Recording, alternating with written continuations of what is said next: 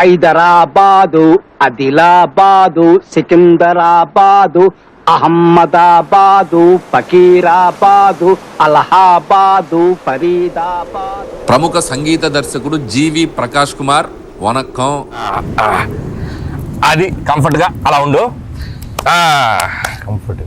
మన సినిమాలో పాటలు ఎలా ఉండాలంటే జీవి, క్లాసు పాట, మాసు పాట, ఎమోషనల్ పాట, మెలోడీ పాట, డీజే పాట, బీజిఎం పాట, ఇంకేదో పాట ఉండాలయా, ఆస్కారు పాట, గ్రామీ పాట.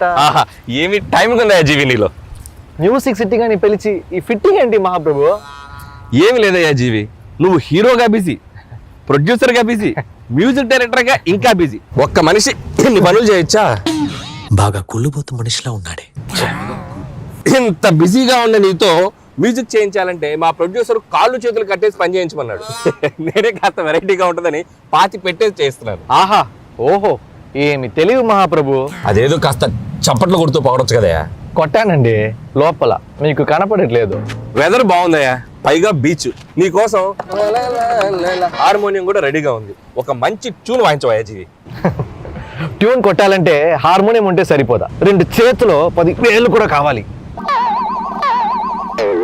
నీకో బంపర్ ఆఫర్ ఉందయ్యా జీవి, ఓన్లీ నీ 2 చేతులు మాత్రం విడుదల చేస్తాను. Thank you sir.